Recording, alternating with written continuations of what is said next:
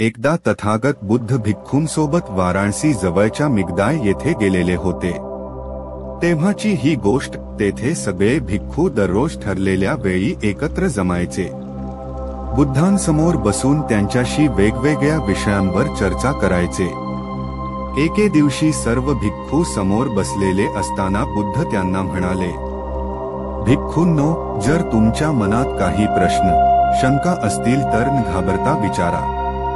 मनात कुठलाही संकोच न ठेवता तुमचे प्रश्न विचारा।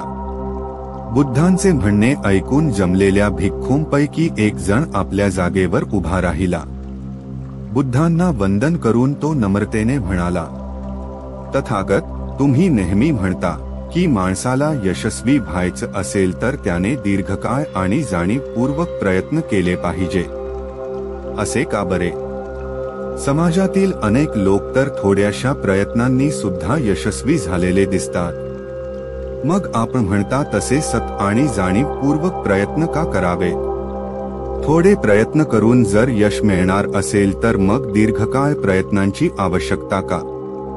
जाणीवपूर्वक प्रयत्नांची गरज काय? भिक्खूने विचारलेला प्रश्न बुद्धांनी शांतपणे ऐकला आणि म्हणाले, छान, तू तुझ्या मनातील प्रश्न विचारला हे योग्य केलंस। तुझं म्हणणं खरं आहे। माणसाने यशस्वी होण्यासाठी दीर्घकाळ आणि जाणीवपूर्वक प्रयत्न करावेत असे मी नेहमी म्हणतो। मी तसं का म्हणतो ते तुम्हाला ही गोष्ट ऐकून कळेल। तेव्हा बुद्धांनी भिक्खूंना सचेतन नावाच्या राजाची गोष्ट सांगितली। सचेतन नावाचा एक राजा होता। एके दिवशी तो आपल्या सेवकास म्हणाला, आपल्या राज्यात उत्कृष्ट रथ तयार करणारा कुणी अनुभवी रथकार असेल तर त्याला दरबारात घेऊन ये। सेवकाने राजाच्या आदेशानुसार राज्यातील एका अनुभवी आणि प्रसिद्ध रथकाराला दरबारात हजर राहण्यास सांगितले। सेवकाने सांगितलेला निरोप ऐकून रथकार थोडा घाबरला, पण राजाची आज्ञा नाही कसे म्हणणार।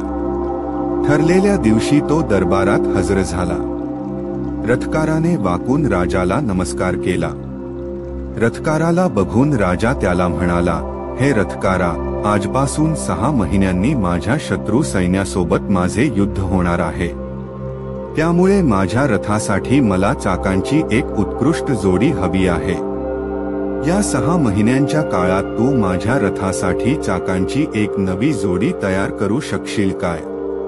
राजाचं बोलणं ऐकून रथकाराचा जीव भांड्यात पडला। तो लगेच उत्तरला, होय महाराज, का नाही?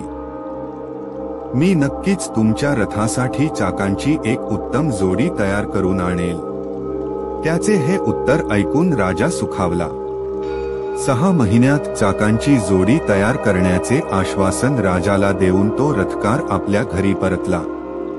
त्याने चाके तयार करण्याच्या कामाला लगेच सुरुवात केली। दुसरीकडे राजा देखील युद्धाच्या तयारीला लागला। दिवसामागून दिवस निघून गेले। 6 महिने पूर्ण व्हायला आले। 6 महिने पूर्ण होण्यासाठी केवळ 6च दिवस शिल्लक असताना रथकार एक चाक घेऊन दरबारात राजापुढे हजर झाला। रथकाराने सोबत आणलेले केवळ एक चाक बघून दरबारातील सर्वांना आश्चर्य वाटले। एक चाक पाहून राजा सुद्धा विचारात पडला। राजा रथकाराला म्हणाला, रथकारा, अरे हे काय? केवळ एक चाक?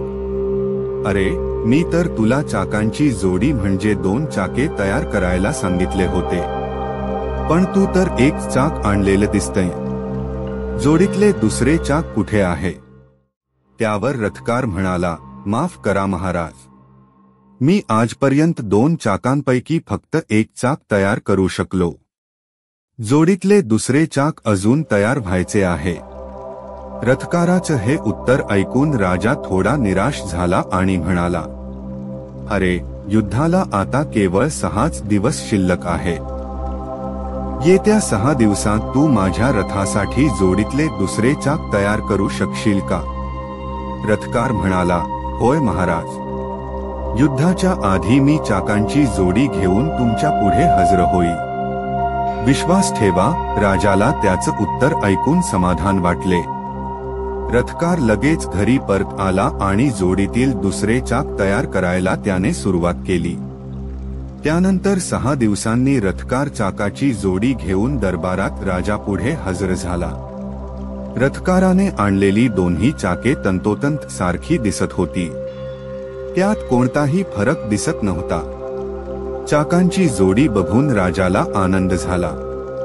राजा रथकाराला म्हणाला, अरे तू केवळ 6च दिवसांमध्ये दुसरे चाक तयार केले, मग पहिले चाक तयार करायला इतका वेळ का खर्च केलास? त्यावर रथकार म्हणाला, महाराज, ही दोन्ही चाके सारखी नाही. रथकाराचे उत्तर ऐकून सगळ्यांना आश्चर्य वाटले. राजा म्हणाला, अरे, ही दोन्ही चाके तर सारखीच दिसत आहे. तू म्हणतोय तसा कोणताही फरक मला या दोघांत दिसत नाही. 6 महिन्यांना 6 दिवस कमी असताना तयार केलेले चाक आणि 6 दिवसात तयार केलेले चाक यात काही फरक आहे का? रथकार म्हणाला, होय महाराज, या दोन्ही चाकात फरक आहे. बघा, मी स्पष्ट करतो. मग त्याने 6 दिवसांत घाईघाईने तयार केलेल्या चाकाला उभे करून गती दिली. गती संपल्यावर ते चाक वेडेवाकडे होऊन जमिनीवर खाली पडले. त्यानंतर अधिक वेळ खर्च करून तयार केलेल्या चाकाला उभे करून त्याला सुद्धा पहिल्या चाकाप्रमाणे गती दिली. गती संपल्यावर ते चाक मात्र पहिल्या चाकासारखे खाली पडले नाही. गती संपूनही ते चाक आसाचा आधार असल्यासारखे उभे राहिले. कमी वेळात तयार केलेले चाक खाली पडले तर दीर्घकाळ प्रयत्नपूर्वक तयार केलेले चाक उभे राहिले. राजा आणि दरबारातील सर्व लोक हा प्रसंग बघून आश्चर्यचकित झाले. तेव्हा तो रथकार म्हणाला, महाराज, जे चाक मी फक्त 6 दिवसांत घाईघाईने तयार केले, त्या चाकात काही दोष, उणिवा राहिलेल्या आहे. वेळेच्या कमतरतेमुळे मला ते दोष दूर करता आलेले नाही. त्यामुळे गती संपल्यावर ते चाक खाली पडले. याउलट अधिक कालावधी खर्च करून तयार केलेल्या चाकात कुठलाही दोष शिल्लक नाही. त्या चाकातील दोष, कमतरता मी प्रयत्नपूर्वक दूर केलेल्या आहे. त्यामुळे गती संपूनही ते चाक खाली न पडता उभेच राहिले. रथकाराचे हे प्रामाणिक उत्तर ऐकून राजा खुश झाला. ही गोष्ट सांगून झाल्यावर बुद्ध भिक्खूंना म्हणाले, बघितलं, रथकाराने घाईघाईत तयार केलेल्या चाकात काही दोष शिल्लक राहिले होते. त्यात काही उणिवा होत्या. याउलट दीर्घकाळ आणि जाणीवपूर्वक प्रयत्न करून तयार केलेले चाक दोषरहित झालं. हीच गोष्ट आपल्या जीवनाला सुद्धा लागू पडते. स्वतःला परिपूर्ण, निर्दोष बनविण्यासाठी माणसाने दीर्घकाळ आणि जाणीवपूर्वक प्रयत्न केले पाहिजे. एखादे वेळी थोड्याशा प्रयत्नांनी यश मिळेलही, पण ते तात्पुरते असेल, टिकाऊ असणार नाही. चाकातील दोषांप्रमाणे स्वतःमधील दोष, उणिवा आपल्याला दूर करता आल्या तर कठीण परिस्थितीत सुद्धा आपण घाबरता उभे राहू शकू. सतत जाणीवपूर्वक प्रयत्न करून आपण स्वतःमधील दोष, कमतरता दूर केल्या तरच आपण कुठल्याही संकटाला घाबरता सामना करू शकू. म्हणून भिक्खूंनो, माणसाने स्वतःला अधिकाधिक चांगलं बनविण्यासाठी सतत प्रयत्न करणे, कष्ट करणे अत्यंत आवश्यक आहे. कुठल्याही परिस्थितीत कष्टाला पर्याय नाही. बुद्धांनी सांगितलेली गोष्ट ऐकून भिक्खूच्या मनातील शंका दूर झाल्या. शेवटी सर्व भिक्खूंनी बुद्धांना वंदन केले. तात्पर्य: यशस्वी होण्यासाठी, स्वतःला अधिकाधिक परिपूर्ण बनविण्यासाठी माणसाने जाणीवपूर्वक आणि दीर्घकाळ प्रयत्न करावे. कष्टाला पर्याय नाही.